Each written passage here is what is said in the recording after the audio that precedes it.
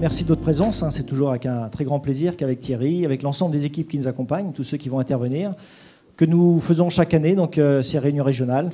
Voilà, donc un contexte assez compliqué. Aussi performantes soient nos coopératives, l'individualité, elle n'est plus de mise. La concurrence n'est plus sur le territoire français, c'est européen et mondial.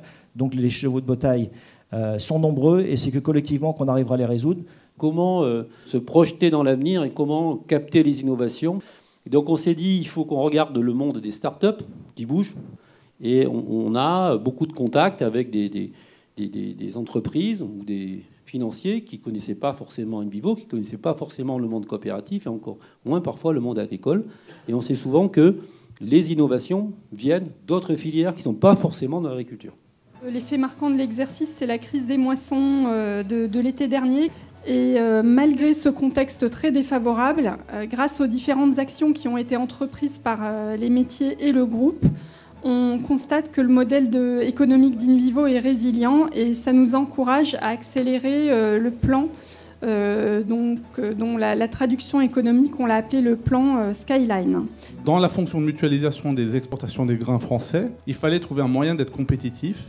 Il fallait trouver le moyen d'apporter de la transparence à la fois du prix et du besoin de la demande pour que derrière, pour vous puissiez retransmettre cette transparence in fine à l'agriculteur pour qu'il puisse être en mesure de prendre ses décisions de production comme le fait un agriculteur américain ou brésilien qui connaît les prix parfaitement bien.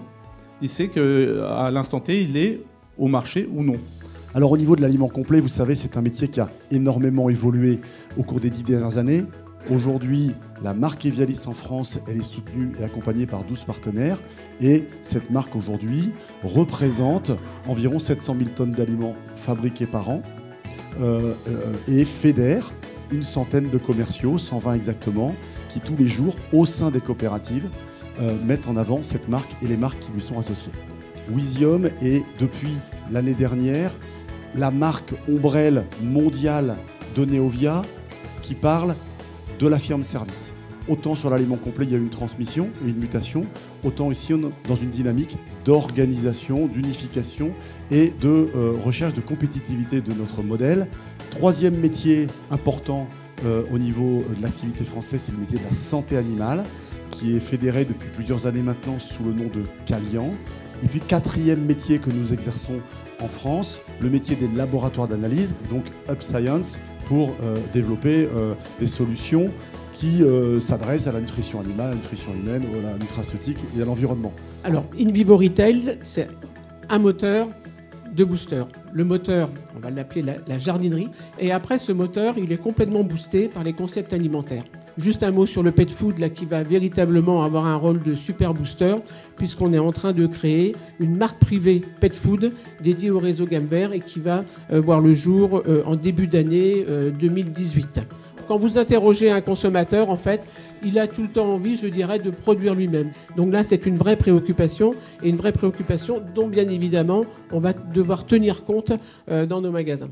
Globalement, aujourd'hui, un producteur, qu'est-ce qu'il veut? Il veut regarder son compte de résultat, il veut travailler sur la profitabilité, et quand on regarde les vrais leviers qui vont l'aider demain, l'agriculture de précision, le digital, toutes ces questions-là, on se rend vite compte que ce sont des services transversaux dont il a vraiment besoin. Ce sont des métiers où aujourd'hui on estime avoir une force, une puissance qui là nous place parmi les sociétés leaders, des sociétés qui ont vraiment une différenciation positive à proposer aux agriculteurs français et aux agriculteurs étrangers. Ferme Leader, c'est un projet qui est avant tout territorial. Il est porté par l'Union nationale, InVivo, mais c'est clairement un projet territorial avec une empreinte territoriale forte. Donc c'est la coopérative qui doit s'approprier ce dossier-là. Et pourquoi je dis que c'est une empreinte territoriale forte? Parce que le business model de Ferme Leader, c'est simplement une capacité à aller chercher, à aller sourcer des aides publiques, notamment portées par les collectivités territoriales. On est en capacité, InVivo et ses coopératives, à porter un projet structurant pour l'agriculture française. Et on pourrait peut-être espérer au moins aller chercher 30% de baisse d'intrants et de démontrer que les nouvelles technologies, en termes d'investissement, peuvent s'autofinancer par la baisse des achats d'intrants pour l'agriculteur, voire augmenter son revenu. Toute notre stratégie, toute notre mission reste bien centrée sur le retour à l'agriculture française, sa compétitivité. C'est la seule mission que le conseil d'administration à afficher, en tout cas en ligne directrice, à la direction. Tout le monde a sa part de réussite dans cette transformation qui est en train de se poursuivre d'Invivo. Et je le rappelle, simplement au service des coopératives françaises, de l'agriculture française.